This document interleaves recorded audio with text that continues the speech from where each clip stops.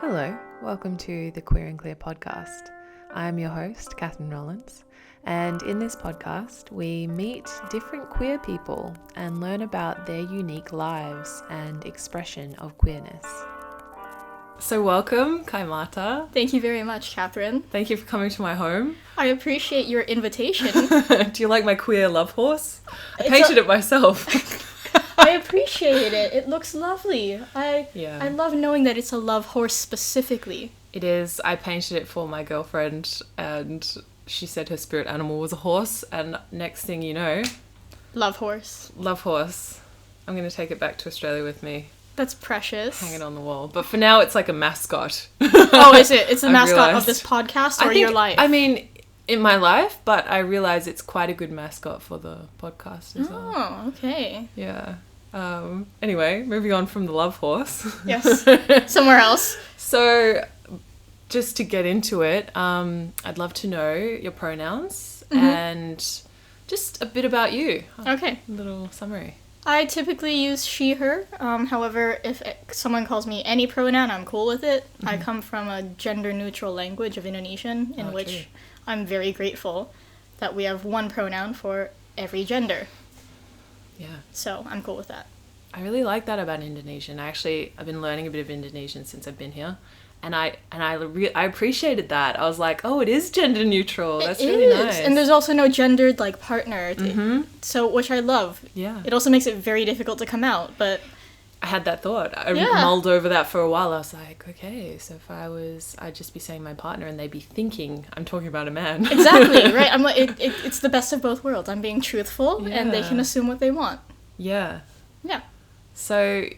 You're Indonesian, obviously. Yes, I am. You're a musician. Yeah. You're quite well known around these parts for your queerness. I'm not known by most of Indonesia, but I'm very well known by, the queer Indonesians under the age of 30. I'm a D-list celebrity in that regard. Yeah. How did you get into that? First of all, where in Indonesia are you from? And then how did you find yourself in this role? Good question. I would say that I was raised mostly in Jakarta, within my time in Indonesia. And I found myself in this role simply by coming out on Twitter. I had 70 Twitter followers. And this was a time in which Indonesia was proposing a bill that would mandate conversion therapy for citizens who were suspected of being LGBTQ+. Whoa. Yes. That freaked me out. Yeah. So I made a small video. I actually made a 30-minute video that I cut down to 30 seconds. Yeah. And it was just me saying, hi, my name is Kaimata. I am Indonesian, and I am flaming gay. Wow. No laws will change that. No conversion therapy will change that. And neither will the hate nor threats. Oof. I am here speaking out because it shouldn't be so hard seeing two girls in love. And from 70 Twitter followers, that blew up to be viewed probably almost 500,000 times. And wow, that embarked me on this role in which I recognized that something that shouldn't have been so significant was. Not because I'm special, but just because very few people can speak out about it. Yeah. I mean, even just hearing you say it then, I got full body chills. So you obviously have, I can feel you, when you speak. And I think that's a really powerful gift. Oh, thank you. I have the gift of the gab. Yeah, you have some real spice, some potency, I would call it. I appreciate that. Yeah. So were you at that point when you did that tweet? Were you doing music? Was that I was doing music. Yeah. I've always been a musician, and I became a musician that could afford a livelihood through music around 3.5 to 4 years ago. Yeah. Very grateful for that. And as I was writing music, I realized that a lot of my songs are about my experience in life. I'm a storyteller first and foremost. Yeah. And to write about the experience of what it felt like to fall in love with a woman for the first time, which led to me accepting myself and really recognizing that this is right. It feels right. It is right. It's truth. And it's beautiful. Yeah. It's something that inspired me to write a lot of music about. Yeah. Wow. I'm a bit swept up in that. I'm like, yes. experience the truth of falling in love with a woman. It is a beautiful truth, isn't it? It is. It really is. I don't know if this is true for all queer people, but I really resonate with that. And just, yeah, that moment of like, whoa, like this is true. You had that strong feeling of rightness. And I'm so in awe that you were, yeah, just brave enough to kind of bring that into the public sphere, especially in Indonesia. That's really epic. I'm privileged. Yeah. I have been given the position to allow myself to do so because of privileges that were due to circumstance. I didn't earn these privileges. Yeah. But the privileges I'm talking about are, despite the fact that in Indonesia I am a triple minority in the regards that I am a religious minority, I am an ethnic minority that has faced persecution within my life, as well as a sexual minority. I also have the privilege of being fluent in English, which is a big one, and the stability and means to, if things do go super awry, I would have a much easier time assimilating into a country that would be more willing to accept me than Indonesia. Yeah. And I also have very accepting parents. Yeah. Which is a rare one. That's amazing, yeah. Yeah. I have spoken to a few other queer people from Indonesia, just around around the place. And yeah, my sense is from talking to them that a lot of families aren't accepting of that at all. One person I spoke to was just like, yeah, my mum doesn't know I'm gay. And I was like, oh. And he's like, and she won't know. And I'm like, okay, that's just the reality, which I get. What would you say it's like for most people in Indonesia who are queer in some way? I think there's an overarching idea of, firstly, we overcome hurdles of learning to accept ourselves, of course, which I think is a universal experience. Yeah. But then there's a halt within Indonesia of, we don't expect others to accept us. There becomes like a point where we can't go forward with coming out. And what happens is a lot of those who can move from their hometowns to a less intolerant place, I would say. Right. Like a lot of people from Jakarta move to Bali. Yes. And they think Bali is very much more open. Which I would agree. For me, Bali is the least intolerant place in Indonesia. However, the gay Balinese, the queer Balinese, do not stay in Bali if they want to be out.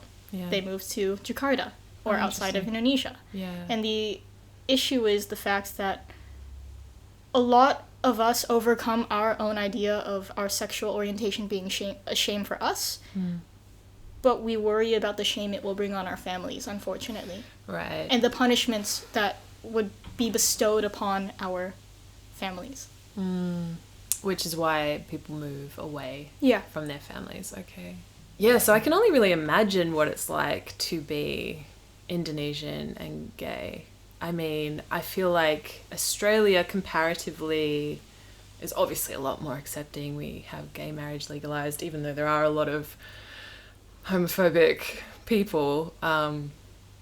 It's at least, in mainstream culture to a degree. And there are people who are like, it's not illegal, and there are people who are fighting for the rights of LGBTQ plus people all the time and publicly, and no one gets prosecuted for it. At least not in the legal sense. So are there laws in Indonesia against gayness? Federally, no. Okay. It depends on the region. Yeah. Does that mean that they don't... They do use existing laws to target the queer community regardless. Specifically, anti-pornography laws are very common, in which listed in what is considered pornographic material is also text, audio, video discussing or pertaining to homosexual relationships. Wow. And I'm like, that's my music. Yeah. Yeah, it is. So... Have you ever been prosecuted? Or? No. No? No.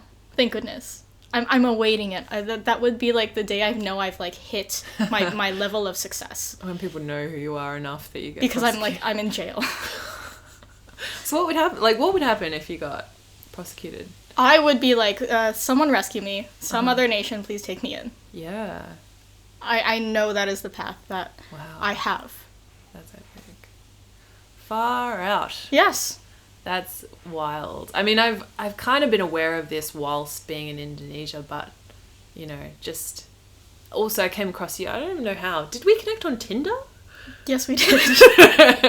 You were like, hey, see my music. And I was like, okay. I didn't say see my music. I was like, welcome, head of the Bali queer community. Let me give you a warm welcome. Now, there were a couple of people who did that on Tinder, and I was like, oh, hi, guys. It's nice to meet you. I know. I have like a 3-paragraph spiel. Yeah. Yeah. It's very cool. But then also you interviewed by my friend Lila for her Horizontal with Lila podcast. Yes, I did. And anyway, you just were then suddenly in my field, and I was like, oh, this girl. Pretty cool, like, doing this stuff. And I watched a couple of your videos, and I was just like, I see. Like, really landed with me the reality of being queer in Indonesia. So you write gay music, let's call it. That everyone's like, what genre are you in? And I'm like, the gay genre? The gay genre. It's its own genre. And you could be prosecuted for pornography in Indonesia. I don't even have an OnlyFans yet. I feel like I need to capitalize and start that to I know. at least monetize off of it. Yeah. So what is your day-to-day life like here in Bali? It depends. You know, often I end up throwing myself into projects and then burning out. Right. But a lot of it is with making more music, outreach to local communities, working with NGOs that provide support in some sense to typically the queer community or other marginalized groups, such as HIV positive individuals. And figuring out, always double checking what I'm doing to make sure that I'm keeping myself as safe as possible. Yeah. And that becomes more and more of a worry as time goes on, as my message goes farther, and as I've become what some consider brave and some consider foolish to say my message in Indonesian as well as English. Right. So what do you check for when you're checking for safety? The legalities of how I'm saying things. Okay. I would say the past governor of Jakarta was found guilty for speaking because he spoke about a religion that he himself does not belong in. Okay. Or doesn't belong to. Yeah. Which led him to be arrested and put in prison for a few years. Yeah. So I gotta be very careful because they will use whatever laws existing Yeah. to punish people that they want to silence. Right. Yeah. So what is it about Indonesia that makes it that way? It hasn't always been this way. We used to be a much more tolerant and accepting country. In the 1960s and 70s, there were queer magazines that were that were published throughout Indonesia. There were these, like, it was an early form of Grindr where European men would write about wanting to come here to find Indonesian partners, because at that time, a lot of the European men wanted to escape Europe, where they were persecuted for their sexual orientation, and move to the more tolerant Southeast Asia in general. Wow. Yeah. So the recipe, when people say, why is it like this? I think I want to dispel the myth that, it's a backwards traditions that are causing it. It's not. This is a new phenomenon of targeting the queer community, because this country as a whole has problems, like we all have problems. Yeah.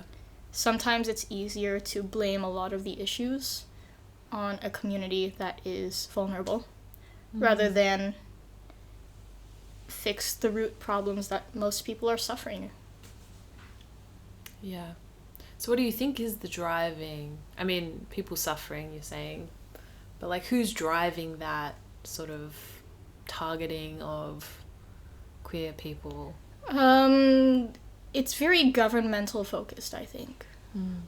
I mean, we have politicians claiming that the gays are causing everything from natural disasters to COVID. I'm like, Thank you. Sure. Thank you. Like, do you think we're that powerful? Yeah, we're superhuman. Yeah. We have the Indonesian Psychiatric Association saying that the LGBTQ plus community needs to be cured of their mental illness because it is a mental illness that is highly contagious. I'm like, that's the first? Wow. Yeah, wild. And it's an erasure of our very wide and diverse history of so many cultures, and in those cultures, so many gender identities, and so many sexual orientations. We are going further and further away from that, and I think it's because a lot of people want to feel better than another. A lot of people in Indonesia are suffering. There's income inequality.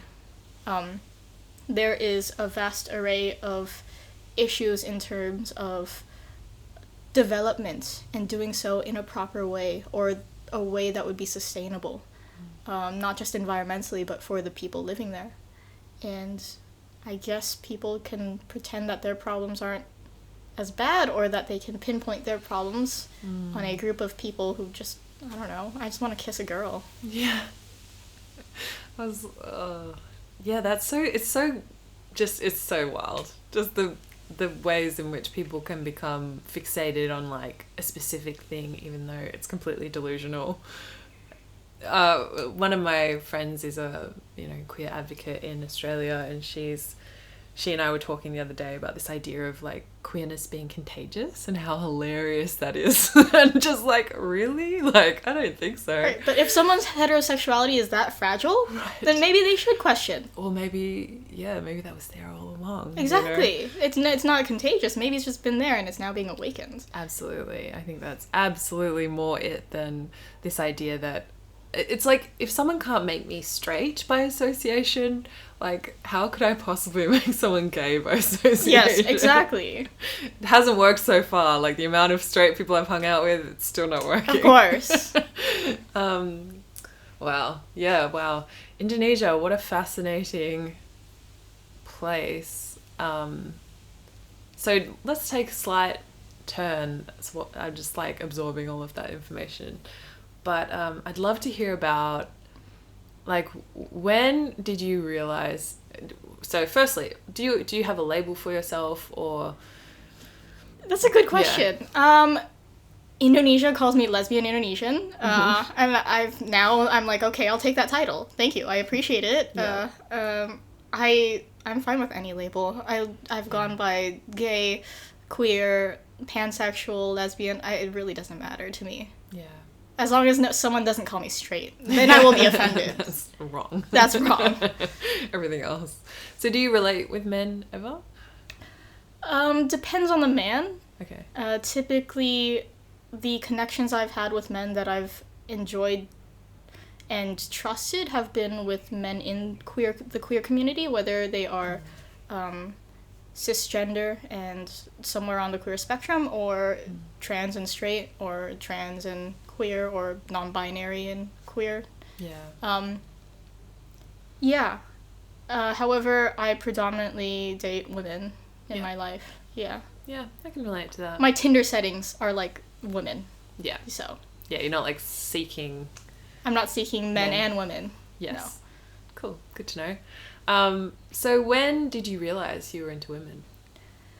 I think it's always been there, but I never had the vocabulary to describe how I felt. And I never knew what it was, even though I understood what it was, the feeling.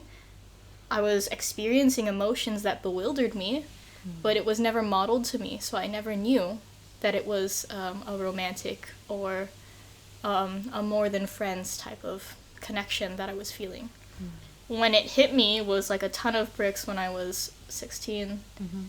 Yeah, when I couldn't deny it anymore. And when I was like, oh my gosh, I am in love with a woman. And I don't know how to process that. Yeah. How did you process that? I didn't. I broke down. She was my best friend. That classic trope. I would write songs because I didn't feel comfortable talking to other people about it. And I listen back to those songs every now and then, and I feel the torment and the heartbreak. It was this place of isolation and loneliness where I felt the biggest theme was that I could not speak my truth. It wasn't about the feeling of the love I knew being unrequited, but it was that I felt like I had to keep my mouth shut to save myself and everyone else. And when it came to light that I did have romantic feelings for my best friend, I wasn't ready for that. I still didn't have the capacity to describe it or to handle it.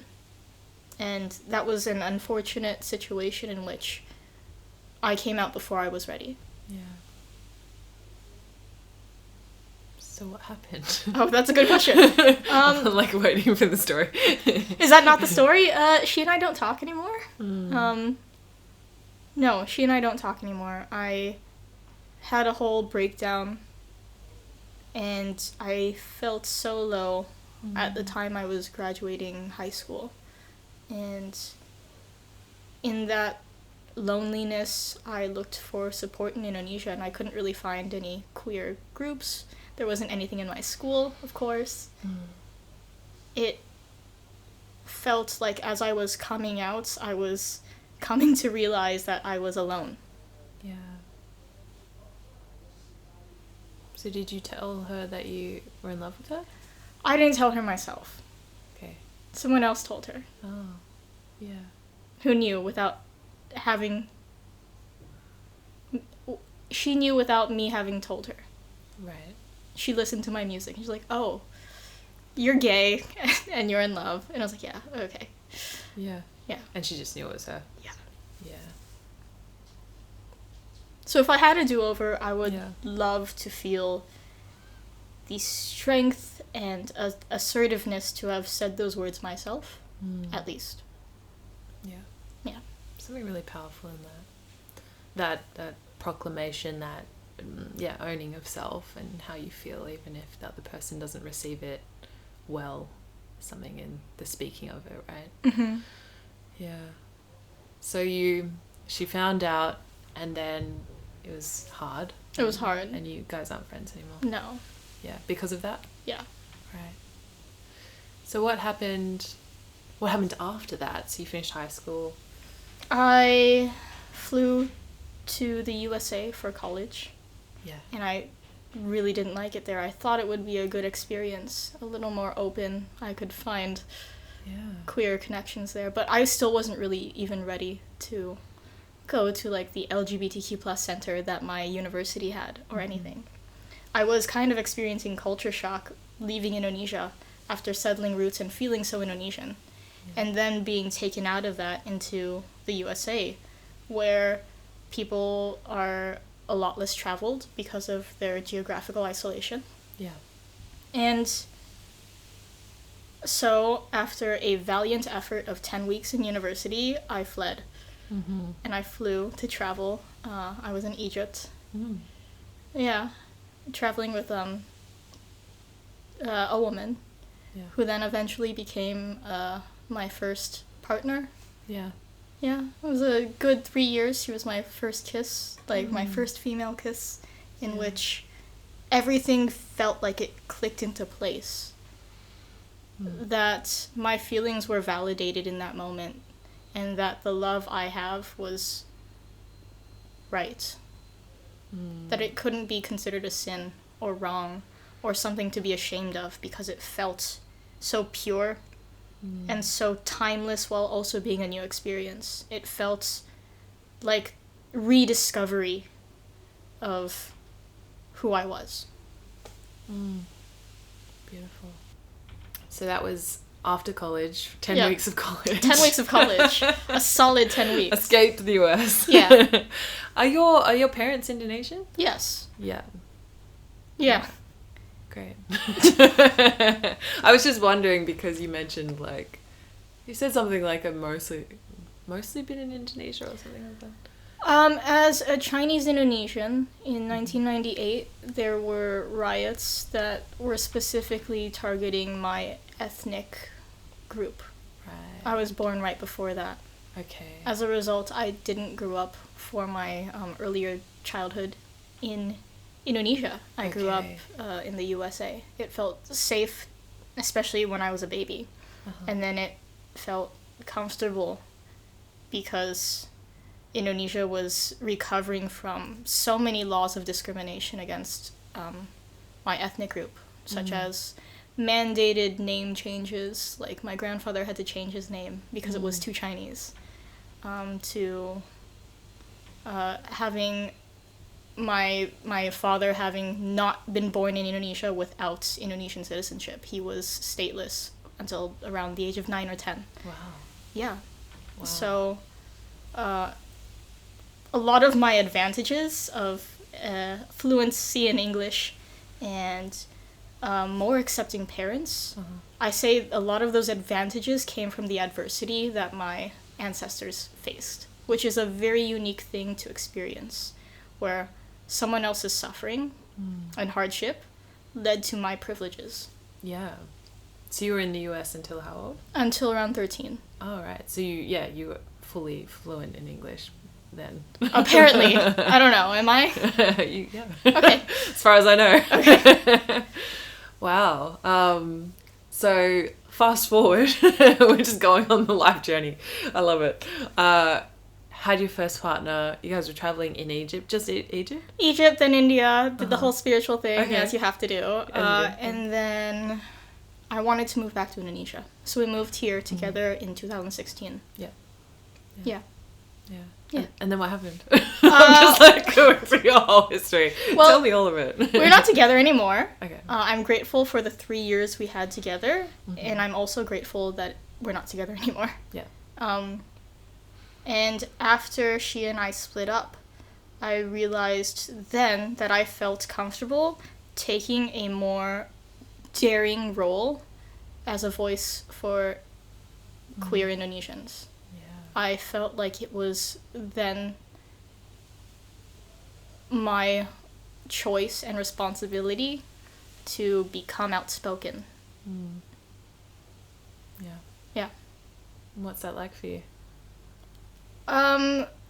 It's empowering and it also is crippling at the same time. Yeah. Everyone's like, what's it like being so outspoken? And I said, it's like I'm intentionally putting myself out there. I'm intentionally knowing that people are going to try to spout vitriol and hate my way.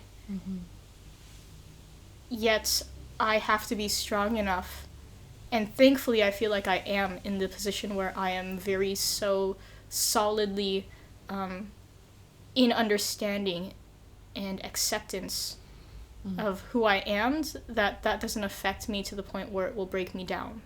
Not to say it doesn't make me cry. I do have those moments where I question my entire life choice and it's like, why did I do this when I could have lived a humble life in a little hut in Ubud, you know, nesting. But it's a decision I made because I want to be who I wish I had when I was a teenager. Totally. I really can relate to that. One of the reasons I started to create queer courses and queer podcasts and things like that was a similar thing, like wanting to be that person that a younger version of me would have been just so useful. Like, even though I grew up in Australia where we don't have nearly the amount of suppression or any of the things that you guys have in Indonesia, still, like, I don't know, I didn't hear anything. Like, I didn't really have any kind of reference points. I think it's changed a lot in, like, maybe the last generation or so. I don't know. But I feel like there wasn't a lot to go on. I mean, I don't want to pretend like the rest of the world, like the Netherlands and the US and Canada and Australia, are completely fine. They're not. There may not be overt homophobia, but it's covert. For sure. Yeah. And that's the hardest part to fix, I think. That's the hardest part to redo, because they're subtle and people don't think they're a big deal. Yeah. They sneak in, and that's the stuff as a child you hear and you're like, oh, this, and the lack of representation is obviously massive. Just straight people everywhere. It's like, where are the gays? Exactly. Where are the gays? Yeah, it does stick with you, all those small things, right? They really do. Because when you're so young and you're like absorbing everything, it's like those are the things that just like sneak in. You're like, oh. And they're repeated so often in a casual manner. Like, even hearing children in school use gay as an insult or a slur. Oh. Or making fun of people who are, like, men who wore pink or something. Or things like that. It builds up. And it sets the idea of what normal is, which is not us, apparently. Yeah. And yet, I love witnessing just the amount of people who come out more and more as time goes on, and I'm like, hello, welcome. Yes, exactly. They're like, welcome. Welcome Come to the in. community. Come in, yeah. How's it going for you? Do you need anything? Here's the welcome packet. Exactly. Yeah, so what is it like in the queer community in Bali? We have quite a big community. It's just underground. Yes. And that's the hard part. Yeah. It's not published. There are no posters. There are no public Facebook events or anything like that. You gotta know someone to get in. Yeah. And it's for people's privacy and security. And I remember moving here, and when I was with my partner, we really weren't looking for community. We had each other. And once I was out of that, I was like, it would be really nice to meet other queer people and to hear queer voices. And to hang out in a place where I don't feel like I'm the token lesbian of the party or an event. Yeah. Absolutely. Yeah. There's a point sometimes with my straight friends where I'm like, cool, like, if you guys are going to talk about men, I'm going to talk about women. And they're like, oh, okay. No, it's fine. But Yeah. I'm just, I have to remind them. I'm like, not here for the boy chat necessarily. Yeah. You don't necessarily relate. Yeah, I'm like, I'm not really interested in boys right now. But that's cool for you. I'm happy. You're doing well. It is so nice to have queer community. It's something that, like, if I go for a little while without it, I'm sort of like, yeah, fine. And then I find myself in a queer group and I just feel this massive sense of like, cool. Like, relaxation. Just people who get that aspect of life and living. Such a nice feeling. Are you dating anyone? My relationship status is not public knowledge. You don't have to divulge, but you may. I like to say that I'm in a relationship with the entire world. Interesting. I'm like, that's the utmost version of like polyamorous and pansexual. The most expansive option Right, available. you're right, exactly. I'm like all of the above. Yeah, that's where I am currently. Okay, cool. I accept that answer. Do you? I'm glad. You're one of two people that have accepted that answer. Look, I respect your privacy. Thank you. I appreciate that. Yeah, we're big on consent in my circles. That big sounds on fun. Consent. Yeah. Yeah. It's important. Apparently. Yeah. You would hope. Yeah. What else do I want to ask you? Is there anything else like that's alive for you? What's alive for you at the moment? Like, what's kind of present in your, like, what's on your mind? I'm really inspired right now. I want to create more video content, and I was frozen for a few months in the beginning of this year, because of a fear of what it would be like to get more known, the risks that would put on, how it would impact my life. Yeah.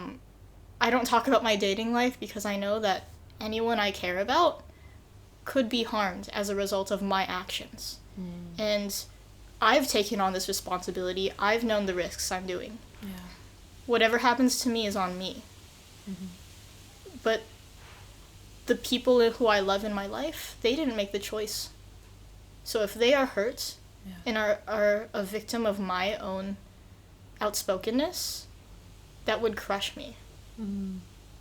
So I was paralyzed in not knowing how to step forward and not knowing how to represent Indonesia when I don't feel like the most Indonesian person, or I feel like most people don't think I'm very Indonesian because I was raised partly outside of Indonesia. Yeah. Because I am not the majority religion. I am not the majority ethnic group. And I have a different skin color. Yeah. But then it's taken some time, and now I'm at the place where... But that is BS, because Indonesia's motto, its motto is unity and diversity. We are a country of 17,000 different islands, thousands of different cultures, hundreds of languages, and inclusive of that is me, and who I am is Indonesian. And I have to own that and make sure people know that I own that, regardless of whether or not they think I am. So at this point, I'm inspired to create more music, to talk and be more outspoken, and to be very firm that regardless of what people say, I know who I am. And that my words and my creations have a positive impact on many people in the community I want to serve. Beautiful. So in terms of your music at the moment, what's on offer? What are you working on? I have a whole album I'm sitting on, as well as some other music that I'm working on. Yeah. Yes. Amazing. And we're going for a little more sensual vibes. I'm really trying to push and showcase to people that I'm not underage, that I am an adult. Yeah. Because apparently I have a baby face. I mean... Yeah. How old are you, if you don't mind saying? I'm 24 this year. Yeah. Yeah. Great. Apparently I look 16 and a half.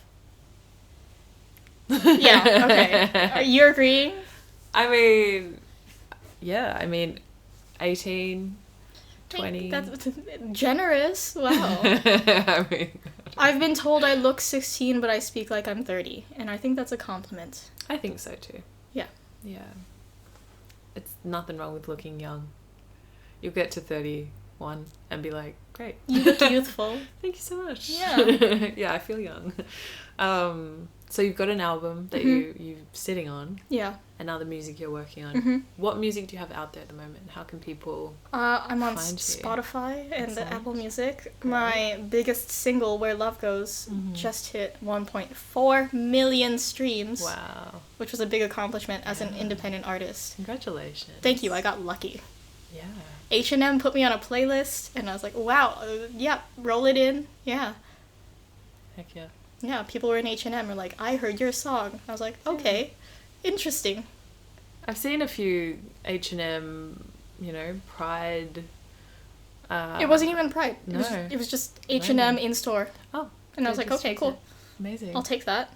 Yeah. Yeah, Spotify, Apple Music, whatever people use to stream music, and I'm trying to grow my YouTube channel. Yeah. Because my face is just as important as my voice. Definitely. Yeah. And so when do you think you might put out this album? Good question. It was supposed to be a June 2020 release. Yeah.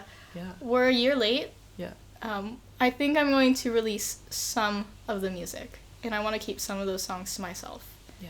With more time, I'm like, I don't think this adequately represents where I'm at now. Which is, I guess, the curse of being a musician, because I listened to my old music and I was like, what was I doing? Yeah. And I can't edit it or fix it. Yeah.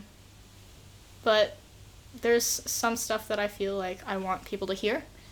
And I'm actually more excited for the new project I have with Animal Feelings, the Australian/New York sensation of jungle live music. I don't know how to describe it. I don't know either, but that sounds really good. Yeah.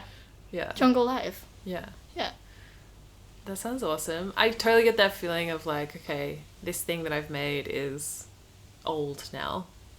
But, I mean, I'm sure people would love to hear it. Well, maybe. We'll see.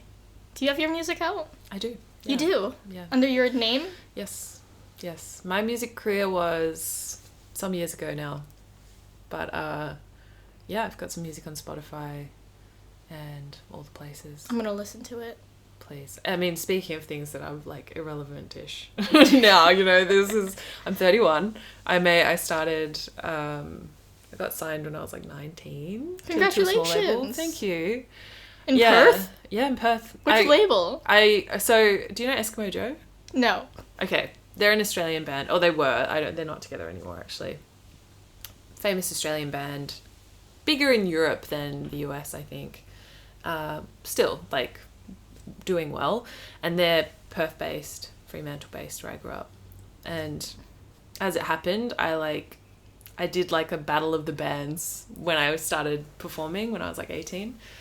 And someone caught wind of me existing, and then I got booked for some like small sort of pub shows in Fremantle. And yeah, one of the booking agents for one of the venues was like, hey, Cav from Eskimo Joe wants to chat to you. And I was like, okay. What? And I was like, okay. And I almost missed him. He'd like gone upstairs, was having a drink with someone else, and I'd like stayed to watch the other band that was playing anyway. And then it was like closing time, and I was like, holy shit, I was about to go and talk to this guy. Thought I'd missed him, ran upstairs, and he's just there casual as heck, just like drinking with this person. He's like, hey, like me and the guys I started this development label. We're looking for artists to develop, and you know, their whole strategy was to find some local talents, help them develop, and then sort of sign them on. So like do the development part and then sign them onto a bigger deal, take a cut, that kind of thing.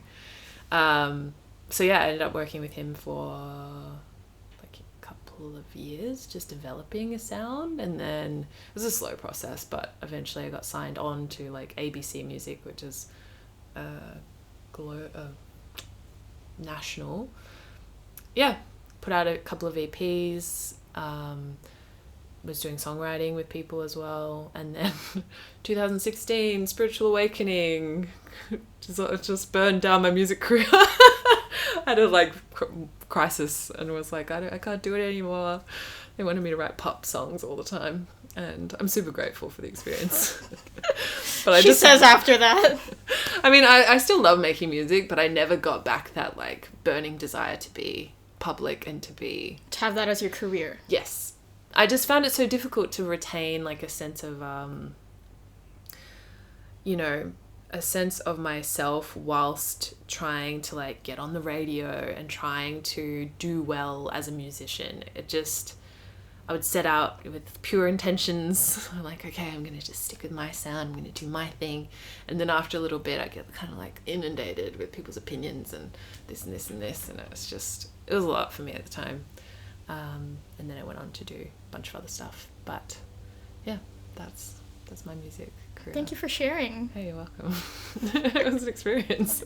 I can only imagine. Yeah, epic. Yeah, super grateful for it. It gave me a lot of skills and an ability to be public that I've continued.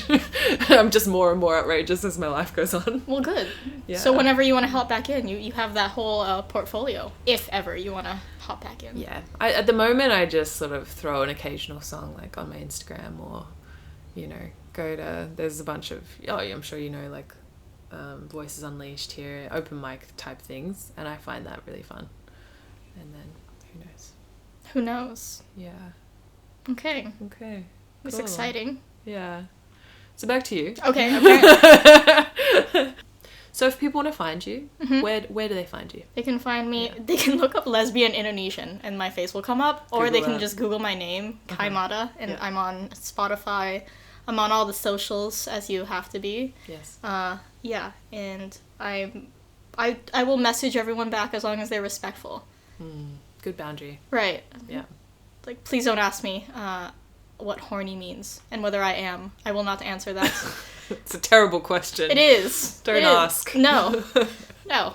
Yeah, but I'm open to talking and would love to connect with people. Yeah.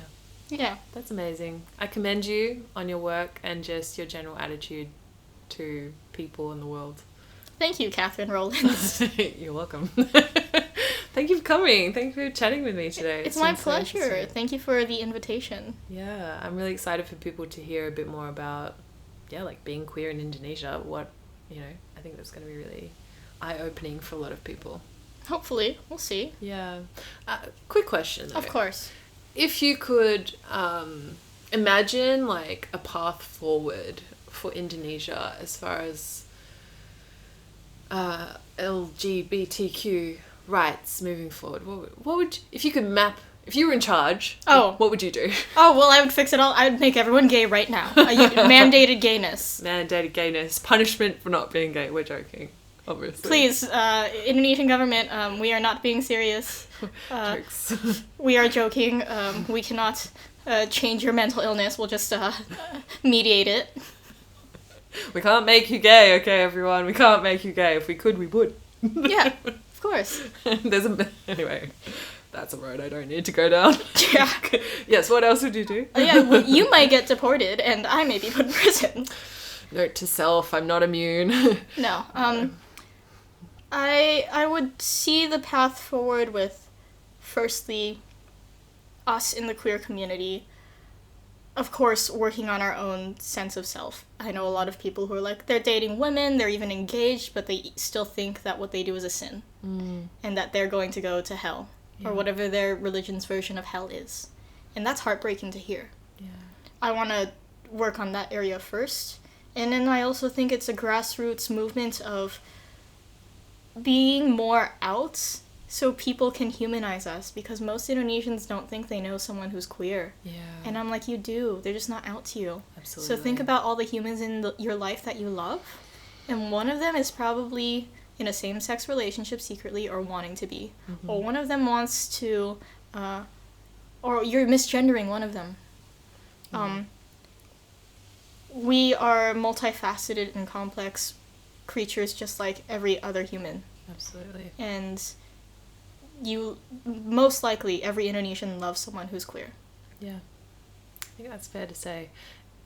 And for anyone out there who is queer, like, you might think that your story doesn't matter or it doesn't have impact, but I know from personal experience that being able to witness other people who are out and just living regular lives, as you say, it makes the world of difference. It's such a permission granting thing to witness other people who are living out and proud, of course, in their queerness, and that I know personally has made a huge difference to me. So I'm really proud of both of us. Oh, pat ourselves on the back. I mean, why not? Yeah, for being out there. It's like, it's not always easy. It's not, and I'm so grateful that I can be that I daily wear some rainbow thing.